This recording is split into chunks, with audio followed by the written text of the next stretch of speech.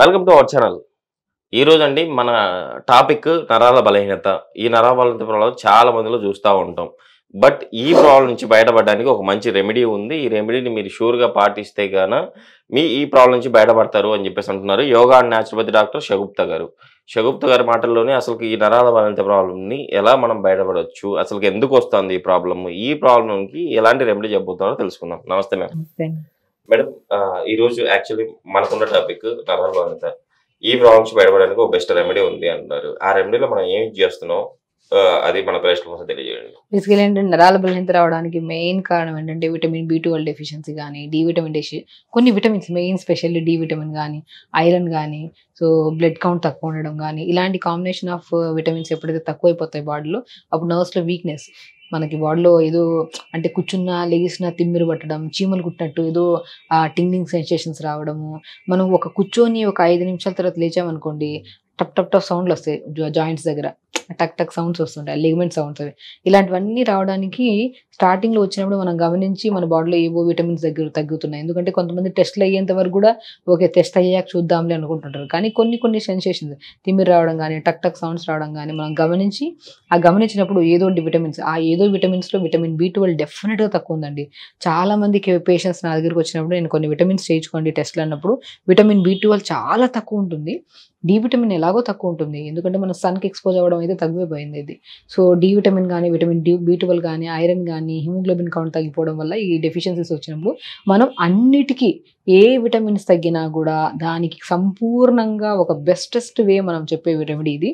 ఏమి లేదండి, సింపుల్గా 5 బాదమ్స్ తీసుకోండి. బాదం చాలా స్ట్రెంగ్త్, నర్వ్స్లో స్ట్రెంగ్త్, నర్వ్కి ఎనర్జీ వస్తుంది. మనం హార్ట్ రిలేటెడ్ ఇష్యూస్ ఉన్నా, లంగ్ రిలేటెడ్ ఇష్యూస్ ఉన్నా, కిడ్నీ రిలేటెడ్ ఇష్యూస్ ఉన్నా కూడా మనం కంట్రోల్ చేసే గుణాన్ని బాదం కలిగి ఉంది.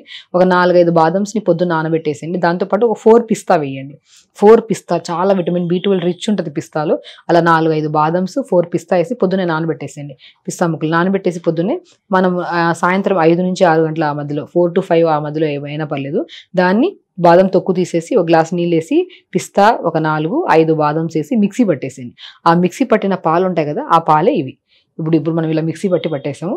ఇలా మిక్సీ పట్టేసిన తర్వాత దీంట్లో కొద్దిగా మనం ఏం చేస్తామంటే ఇలా మిక్సీ పట్టిన గోరువెచ్చగా వేడి చేసుకోగలిగితే మంచిది. గోరువెచ్చగా వేడి చేసుకున్నాం మనమైతే.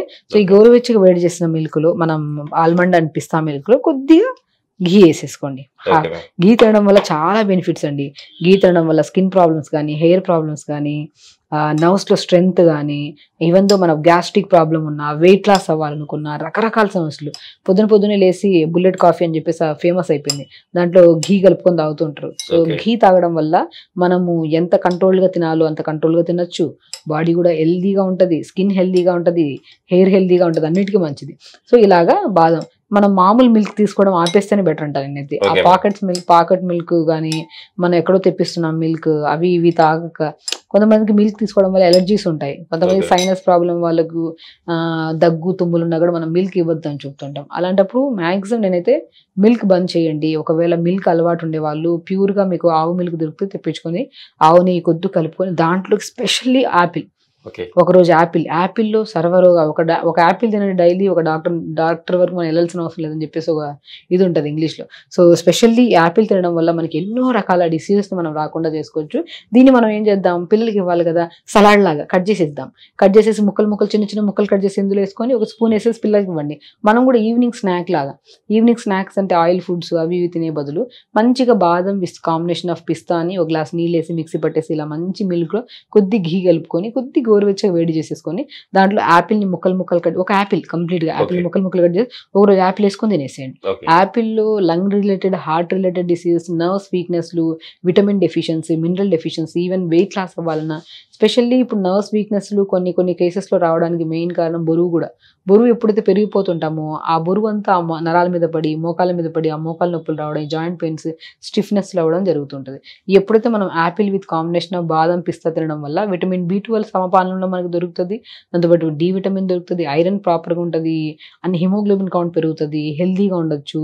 ఈవెన్ బరువే కాదు అన్ని రకరకాల సమస్య, ప్యాంక్రియాస్ స్టిమ్యులేషన్ కూడా చాలా యూస్ఫుల్ అనమాట. ఒకరోజు యాపిల్ తీసుకోండి. ఇంకా అమృత్ అండి, జామకాయ ఓకే. నాటు జామకాయ దొరికితే చాలా మంచిది మీకు. అలా జామకాయ తెప్పించుకొని చిన్న చిన్న ముక్కలు ఒకరోజు యాపిల్ని కట్ చేసేసుకొని ఈ మిల్క్లో వేసుకొని తాగండి. ఒకరోజు జామకాయని కట్ చేసుకొని వేసుకొని మిల్క్ లాగా పిల్లలు కూడా ఇవ్వండి.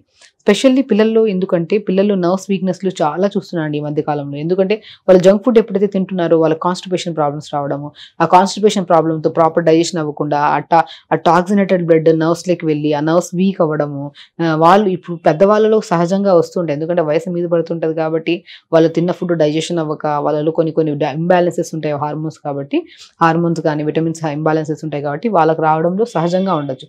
వాళ్ళలో కూడా అతిగా మంచిగా మెయింటైన్ చేసే వాళ్ళకి ఏ ప్రాబ్లం ఉండదు. సింపుల్గా యోగా చేసుకుంటూ వాక్ చేసే వాళ్ళకి ఈ సమస్య రానే రాదు. అండ్ చిన్నపిల్లలు ఈ మధ్య రావడం ఆశ్చర్యకరమైన విషయం. ఎందుకంటే వాళ్ళు తింటున్న జంక్ ఫుడ్, వాళ్ళకి ఫిజికల్ యాక్టివిటీ లేక వాళ్ళకి ఈ సమస్యల వల్ల చాలా ఇబ్బంది పడుతున్నారు. సో పిల్లల్లో స్పెషల్లీ పిల్లలకైతే 100% అండి వాళ్ళ బాడీ వెయిట్లో కానీ, వాళ్ళ బాడీ ఎనర్జీ లెవెల్స్లో కానీ, వాళ్ళ స్కిన్లో కానీ, హెయిర్లో కానీ మంచి గ్రోత్ చూస్తారు. ఈవెన్ దో వాళ్ళు ఎంత రన్ చేసినా, ఎంత యాక్టివ్గా ఉన్నా వాళ్ళ బ్రెయిన్ షార్ప్నెస్ కూడా బాదం బాగా యూజ్ అవుతుంది. సో బాదం విత్ కాంబినేషన్ ఆఫ్ పిస్తాలో మంచి స్ట్రెంగ్త్ ఉంది. ఎవ్రీ ఆర్గాన్ ఎందుకంటే కరెంట్ పాస్ అయితే నర్వ్స్ ఎంత అదేంటే అలాంటి ఎనర్జీ వస్తుంది మనకి. Okay madam. మనం రెగ్యులర్గా ఒక 30 days మనం రెగ్యులర్గా తీసుకున్నా కూడా ప్రాబ్లం లేదు. ఓకే. కానీ ఈ 2 కాంబినేషన్లు వేసి వాడకండి.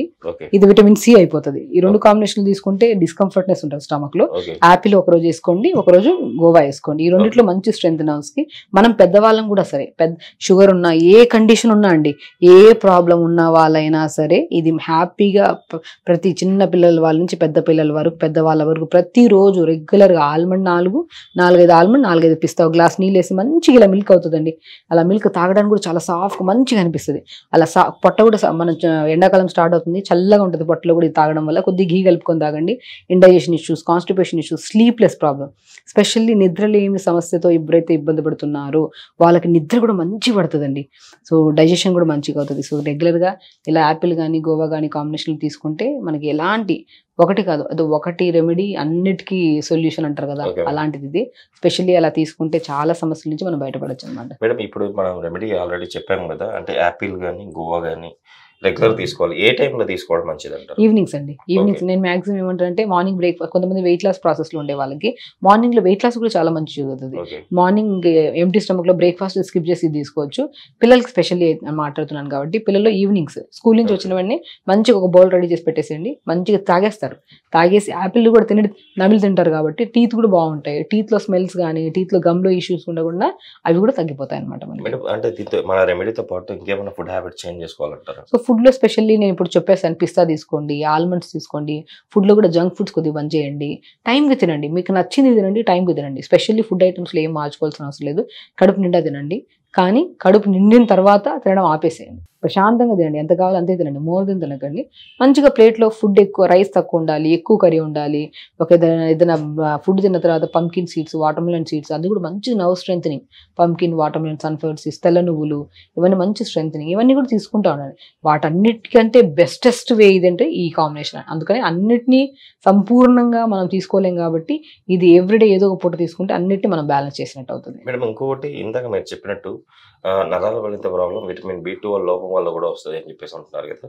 విటమిన్ B12 మనకు పుష్కలంగా అందాలంటే ఎలాంటి ఫ్రూట్స్ తీసుకోవాలంటారు? స్పెషల్లీ నేను జామకాయ అయితే స్పెషల్లీ చెప్తానండి. జామకాయలు లేని విటమిన్ లేదు, లేని మినరల్స్ లేవు. మనం ఆకుకూరల గురించి మాట్లాడుకుంటే మునగాకు మోర్ కంటెంట్ ఆఫ్ కాల్షియం ఉంటుంది, more content of vitamin B12, iron చాలా ఉంటాయి అందులో.